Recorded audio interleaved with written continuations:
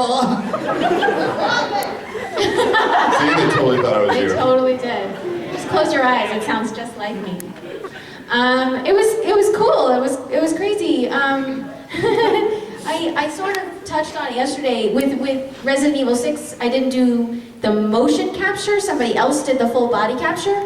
But then I went in afterwards and did the facial capture in addition to the voice work for it. So that was interesting because what you have to do is match your facial expression and your facial movement with whatever they did in the scene. So if she bends down, looks up, and then goes like that, I have to, while I'm doing it, move my head as she did when she bent over, and then look up at the same time. But you only have like this much space to move your head in, so the cameras can capture it.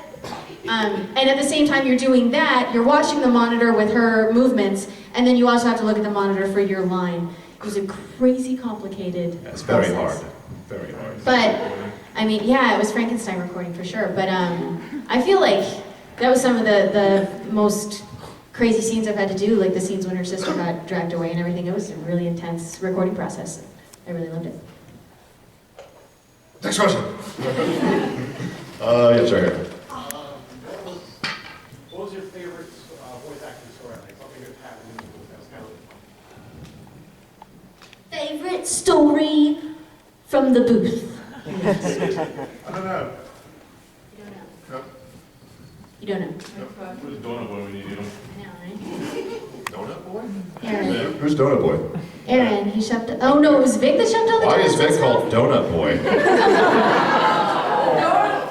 The donut story. Pudding story. Oh, okay. It was like all the donuts got soggy or something. I think I was in the room once when he told that story. Oh, okay. Sounds really gross. Wow, that could be really dirty. Where's Donut Boy when you need him? Who, Vic? What? You guys have Dunkin' Donuts here, don't you? Thank God. I'm so jealous. Next question. With the little... Oh, I picked last time, didn't You were gonna pick the spinning hat, weren't you? I? No. Oh, well, I choose the spinning hat. I got a question for Travis. I'm sorry. Air high five me. 1, 2, 3. Yes. Particularly Knuckles, what do you think of the Sonic Boom designs? Right. I actually really like the Sonic Boom designs. I know a lot of people are like, no, heresy. It looks terrible. Well, I don't feel the same way. I kind of like that Knuckles is like this big, beefy jock dude that never does leg day in the gym, which is kind of awesome. The character has also changed dramatically. He's extremely funny now. He's extremely funny because I voice him. There you go. But yeah, I really like it. I think it's a kind of a sporty look, and everything has to evolve and go through, evolutions and change as it goes along. And I think people are really going to like it once they see it. All people have to go on right now is the character art, and so I know they're like, ah, no, my eyes burn. But when you see it in motion, it's pretty freaking sweet. Just gonna say, and not just because I'm in it. No, not really. But seriously. Yes, right here. What's he gonna do? My question is actually technically like a two-part question. Oh my God. It's basically the same concept. What's it like to do a video game when you originally did the anime, or you're part of the anime and you're first being introduced to your character in the video game?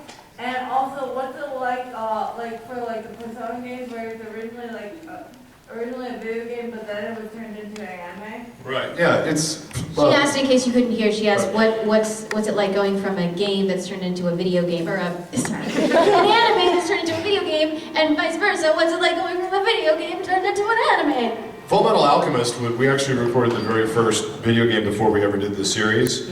So it can be a little wacky because you're setting up the voice of a character that's going to be in a lot of episodes to come for the first time. So it's kind of the same process that you have when recording a show. You have to establish a voice print, or establish what the character's going to sound like. Like for me, the first line I had as Mustang was in the game, and I'm walking into somewhere where Edward's fighting, and the line was, "Looks like you could use a hand, Full Metal." And I was really, really excited to be in the first video game I had ever done, and so it came out, "Looks like you could use a hand, Full Metal!" And Chris Savage was directing. He's like, no.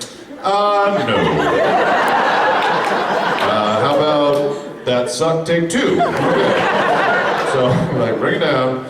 So we had to establish what he sounded like. And then for like the Persona games. Persona games were actually kind of crazy because we recorded so much of the games and then we went to do the anime and it was kind of going back to the beginning with our characters, you know, so I had to like relive a lot of the same moments that we'd already touched in the game.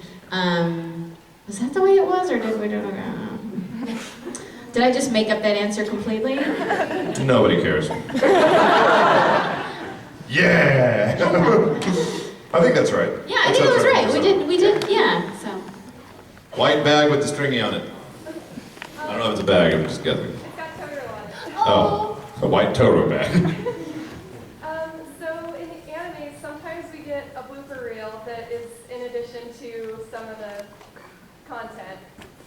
But video games don't always get that. So what are some mistakes that you've made that you just think, oh, I can't believe I did that? That happens so much. That's a lot. Like the first 4 years of our anime careers are that entirely. Yeah, but in video games, do you have any like, oh gosh, we record so many lines that they just take out. Sometimes you'll record one, you'll do a line and you're like, in your head you're like, oh, that's crap. But before you can say anything, they're like, okay, moving on. And you're like, no, okay. I kind of have a bad habit of, I cuss a lot in the booth without meaning to. I really do. So a lot of times, like I have a certain chain of words that I always say, and I can't say it. Wait, raise your hand if you're under 18. Oh, with this room is fine. No, Come on. it isn't. No, it isn't. No, because there's so many cameras, and that's That's what's true. going on. That's true. No, we can't. We can't. We're actors. It's our job. That's If the we, thing. yeah. But I don't even mean to say these things, and it comes out, and so it's always shocking to like. I was doing like voice matching for Tinkerbell. At Disney. After a while, I actually trained myself to not do it, but I did end up saying, "Oh, jingles." And I would mess up. Middle of Disney. Oh, yeah. A bunch of faces are just I'm sorry. like, wow, that's creative.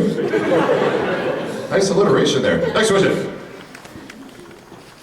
The Flying Nightwing t-shirt. You gotta, now everybody's gonna start throwing shit. You're gonna hit in the head. Oh, we've only got a few minutes left. This is the last question. Oh, wow, really? The shirt is the last question. Can we have a conversation where you play Colonel Mustang and you play last? A conversation where I'm Mustang and she's Lust? Yep. You're pretty hot. I know. So, do you want to go on a date later tonight, or? How much money you got? I got like a $5. Yeah, all right. Tell you what, if this date doesn't work out, I can show you my snapping skills. Or